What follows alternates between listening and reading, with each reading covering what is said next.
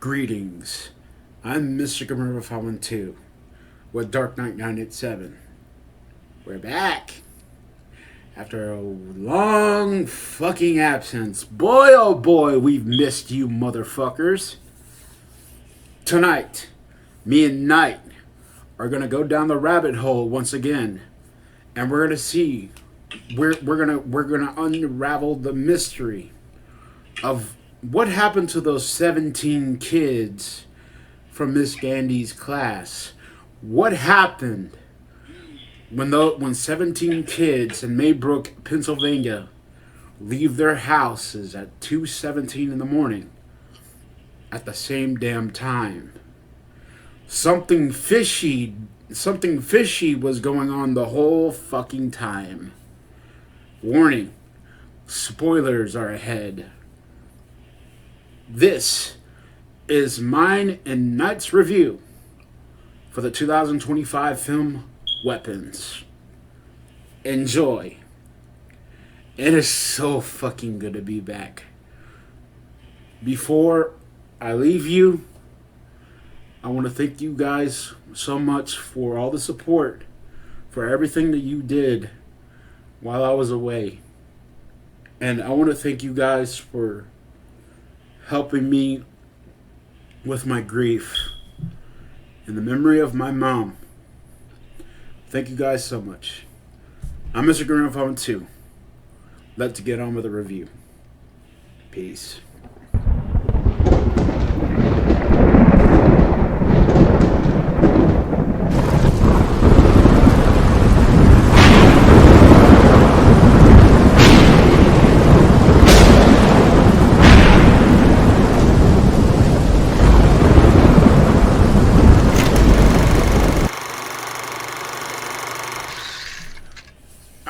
What's going on, you guys? I'm, as always, Mr. Graham from 2 with Dark Knight 97. And, yeah, like I said in the intro, we are back from a long fucking absence. Yeah,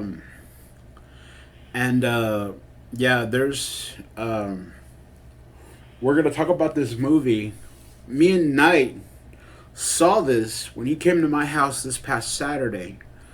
I know what you guys are going to say. Hell, where's your other reviews? You've been gone for a long time, Graham. Where's your other stuff? Don't worry, I'm still doing season 3 of Ripped. I'm gonna finish the rest of that probably tomorrow. I'm probably gonna do the first 5 reviews for Ripped from the silver screen. I'm gonna finish the rest, but I also got a couple of other reviews I got to deal with. I got to do. I did watch it. I watched Fantastic Four: The First Steps. I also watched that new Superman movie. Boy, oh boy, I got a lot of shit to say about that. There's a lot of shit I got to say about the movies that came out this year.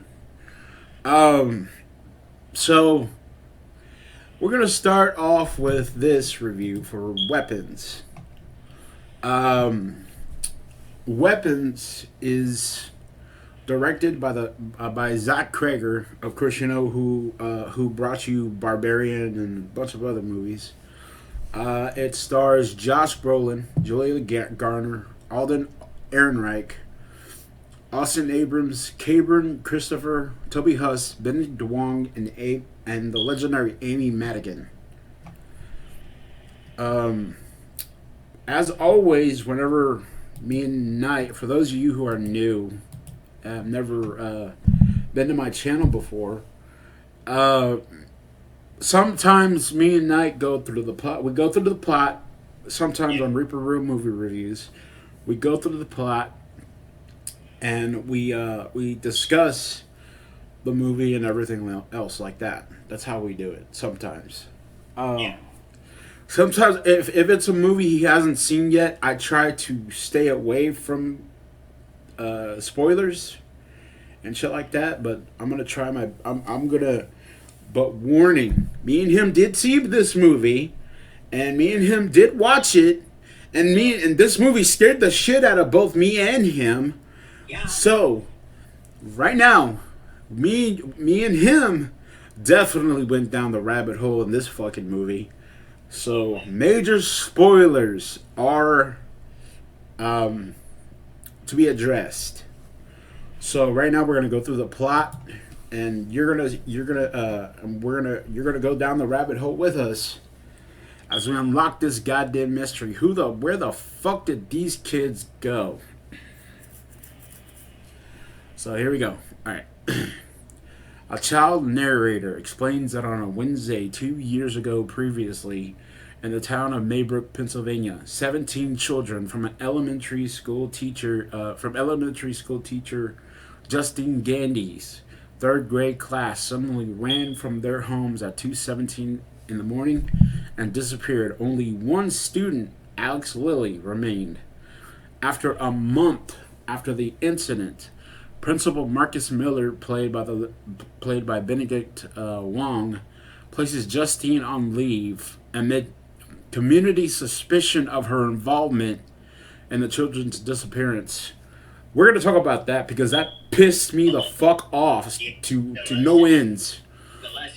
Depressed and ostracized, she lapses into alcoholism, starts an affair with her married ex-boyfriend, police officer Paul Morgan. Concerned for Alex's well-being, Justine follows him home. After noticing Alex's windows are all covered with newspaper and spotting his parents sitting motionless in the dark, she urges Marcus to perform a wellness check. While performing a stakeout at Alex's house, Justine falls asleep in her car. Alex's mother enters the car and cuts a lock of Justine's hair. Oh, I thought it was the aunt. I swear to Christ, I thought it was the aunt. But it was the mother, apparently. I guess no one could tell. Yeah. Archer Graff, father of missing child Matthew, played by Josh Brolin, begins his own investigation, frustrated with the police's minimal progress after reviewing security camera footage of Matthew and another child. He notices that the children's running paths converge at a specific area, but cannot determine their exact destination. Both Justine and Archer dream about the missing children and a mysterious woman with clown-like makeup. And yeah, we will talk about that shit because that shit scared the fuck out of me. Both me and him made the mistake of watching that fucking movie in the dark. So yeah, let's get on with this. Okay. While on patrol, Paul arrests James, a vagrant drug addict, for attempted burglary, but is forced to release him after assaulting him in view of his car's camera. Later, while burglarizing Alex's house, James finds Alex's parents and the missing children in the basement in a catatonic state. He reports his findings to the police in hopes of earning the $50,000 reward. But Paul, fearing being reported, chases him out. James flees into the woods, hiding in his tent after spotting the clown-like woman. When caught by Paul, James insists he knows where the missing children are. Paul drives to Alex's house, leaving James handcuffed in the car. When he investigates hours later, Paul reemerges and drags James inside. Marcus is visited at school by the woman who introduces herself as Alex's great aunt Gladys. Yeah, there's something fishy about this bitch, and we're going to talk about her here in a little bit. Explains that she has become the family's caretaker after Alex's parents fell ill. Marcus insists on meeting Alex's parents for a wellness check. Later, Gladys visits Marcus and his husband Terry at their home. She performs a ritual with a ribbon stolen from Marcus and locks of Terry and Justine's hair. She enchants Marcus, forcing him to kill Terry in the brutalest of fucking ways, Jesus, and pursue Justine. Marcus attacks Justine at a gas station, interrupting an argument between her and Archer, and is fatally hit by a car when he pursues her as she escapes. Archer later apologizes to Justine for his hostility toward her and shares his findings with her. Justine realizes that the children were all running toward Alex's house. It is revealed that Gladys, a dying witch who can enchant victims and either drain their energy to rejuvenate herself or command them to kill for her, had enchanted Alex's parents, subsequently threatening their lives to pursue Alex to keep her secret. She then ordered him to bring home personal items for each of his classmates, which she used to draw the children to Alex's house so she could keep them in the basement to feed on their life force. Justine and Archer enter Alex's house where they are attacked by the enchanted Paul and James before Justine takes Paul's gun and fatally shoots them both. Archer searches for Matthew in the basement, but Gladys enchants him and sends him to attack Justine. Meanwhile, Alex evades his bewitched parents and replicates Gladys's spell using a strand of her hair from her wig. The children emerge from the basement, chase Gladys out of the house and around the neighborhood, and tear her. Excuse me.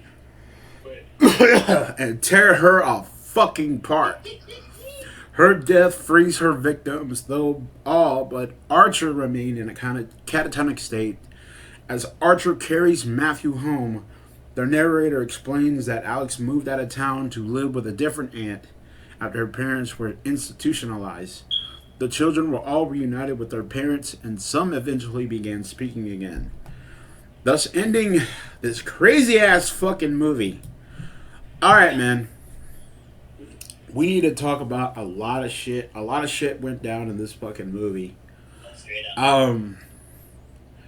Let's first off talk about the aunt, the great aunt, the bitch herself, the fucking witch herself, Gladys. First off, this chick went into this poor little boy's home, but did horrible things to his,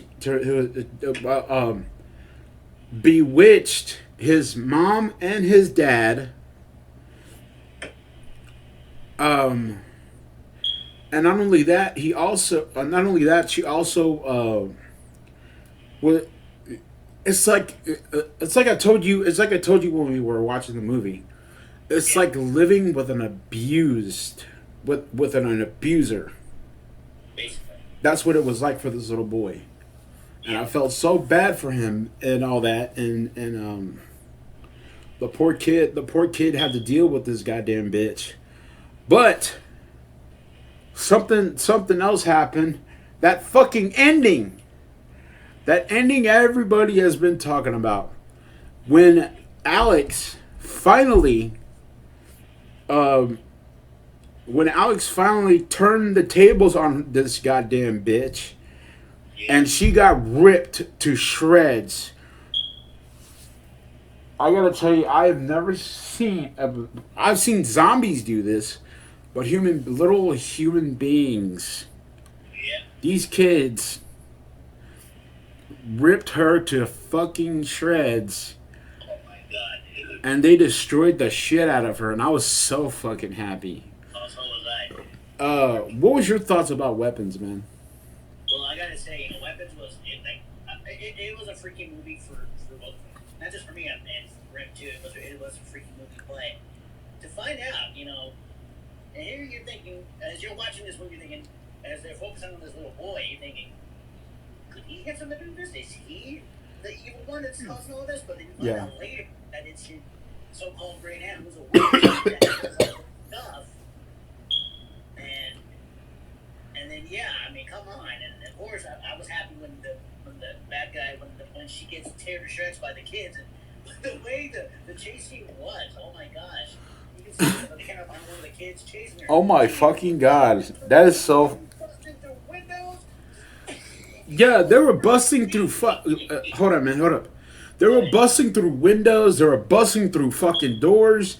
They went through walls. These kids. There was no fucking fighting these little bastards. They were gonna rip your ass apart and not think twice. Yes. That's what happened. Yes. But another thing, but I want to talk about something else that happened too in this movie as well. The fact that the townspeople were blaming Justine for this bullshit. No, she had nothing to fucking do with this. She had nothing to fucking do with this. And the fact, also, the leader of this bullshit, Archer, fucking James Brolin's character, he was a dick in this movie. Yes, he was. Because, dude, this woman did not do anything wrong to any of these people. He did. And they're blaming her for what? For this. Right. She didn't do this. She was not the one doing this shit. No, she wasn't. She wasn't. But case in point, he finds the truth out. This dumbass, Amen. Archer, finds out the real truth of who was responsible for this shit. Right. But goddamn, I felt so bad for the principal. When she made him murder his husband. Oh God. He banged his head. He banged that motherfucker like a goddamn drum, dude. And that shit was like fucking terrible. That shit was awful. What he did, what she did to him, and the way his face looked, dude. The way he looked like a goddamn zombie. His eyes was bug-eyed. Everything. It was fucking freaky as fuck. Yeah, dude. I'm gonna tell you something. This was the first and last fucking time I ever watched this goddamn movie again because this shit scared the fuck out of me. Yeah. Yes, a lot of people in the reviews said that there was comedy in this. There was horror mixed with horror and everything else in between. I think. Did me and you ever laugh during this movie? Well, the drug addict was kind of stupid. Yeah, the drug addict is a There was a moron. little funny stuff with him, but you know.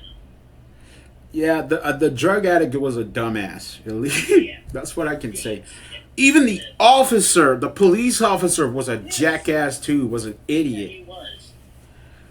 But yeah, so okay, so I gotta ask you, man. What do you give Weapons? Wow, man. Aside from all the freaky shit and all this, man. I don't think me and you even touched the fucking surface when it came to this damn movie.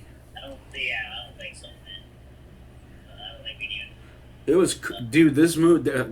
I have to tell you guys, if you've seen this movie, it is creepy as all fucking hell. Yeah. Everything about it, everything that happens in this movie is so fucked up. Yeah. But I loved when the kids were coming out of their houses. There's a certain song that plays. I forget what's the song. It was by George Harrison. Yes. What is that song called?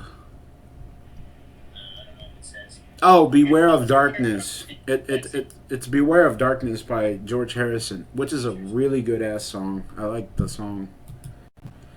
And, most of y'all know George Harrison, member of the Beatles. You know Yeah. all that. Yeah. Yes. He was a beautiful. He was. I miss George Harrison a lot, and also not only that, he also formed the group, the Traveling Wilburys, Yeah, he was in that too. with the late Roy Orbison, Yes. the late Tom Petty. I forget who else was. Yeah. The lead singer for ELO, for Electric Light Orchestra. I forget what his name is. Yeah. Here we go. I never see in front of me. Yeah, it was the late George Harrison, the late Roy Orbison. You got Bob Dylan, Tom Petty, and Jeff Lynne. Yeah, Jeff Lynne, who is the lead singer for Electric Light Orchestra. That's him. Yes. But yeah, when you hear it, it's kind of, how can I put it in a way you can understand it? It's kind of fucking it's kind of eerie Yeah. when you listen to the song while these kids are walking out of their houses. Like, you're thinking to yourself, like, what the fuck is going on? Yeah. Stuff like that, you know what I mean? So, Yeah, exactly. but I think if I'm a betting man, I think Knight would agree with me. This movie deserves a 10 out of 10. Yes, Yes. fucking goddamn right it does.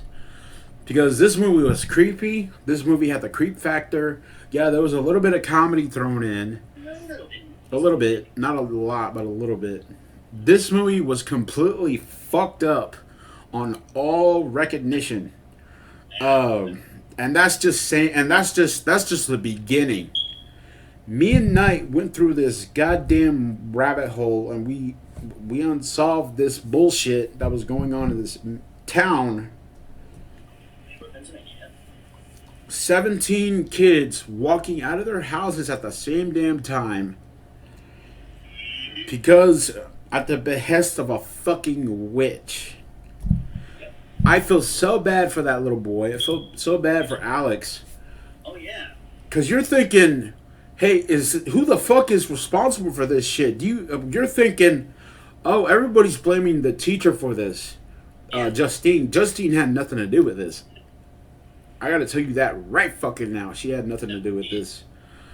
But me and Knight while watching this movie, me and Knight were thinking, it has to be something. It has to be someone in his fucking family that had something to do with this. Lo and behold. Lo and behold, it was the aunt. It was a great aunt, and it was so fucked up. It was. So yeah, me and Knight, we give it a 10 out of 10. It was a good movie. We enjoyed it. Never watching it again though, because it scared the shit out of both me and him. Never gonna watch it again. Fuck that. Um, but yeah, you have any final thoughts, man, before we go? But yeah, like I said, never watch again. But I mean, yeah, of course they were gonna blame the teacher, and I feel bad for her the way they treated her. They blame on her, and in most cases when children go missing, they always question the teacher. They always Yeah. think the teacher something to do with this. But in this case, in this movie, she was innocent all along. So if you haven't seen that, seen this film, and be advised if you see it, just be careful. But just know that she is not at fault for this. And like I said, No. the only one that didn't vanish, Alex's aunt, was the real culprit. And again, but yeah, really freaky. Never gonna watch it again. But all in all, yeah, yeah, never watching it. No. Yeah. Well, we're gonna get back to our back in time reviews here in a little bit. Oh, yeah. Starting first with a real doozy of a fucking movie. For those you who have seen Demolition Man, you know what I'm fucking talking about. Oh yeah. Um, but yeah, before I go though, as I said in the very beginning of this, I want to thank you guys. I want to thank all of you, my reapers, who when I made that video about my mom, about everything that happened and stuff like that, I wanted to. I had been wanting to talk about it for a long time and stuff, and I wanted to get that shit off my chest. I'm still grieving right now, but I'm trying my best to be a little bit normal now. But I just want y'all to know that I thank y'all. I thank y'all every single fucking day for what y'all have done for me and what y'all have done for my mom, for the memory of my mom. And I would like to say thank you for everything that y'all did. And Mom, I miss you. I love you. Thank you for always being there for me for these past 36 years. And I'll see you later. And like I said at your funeral, this is not a goodbye. This is a see you later. I'll catch you later, Mom. Rest in peace.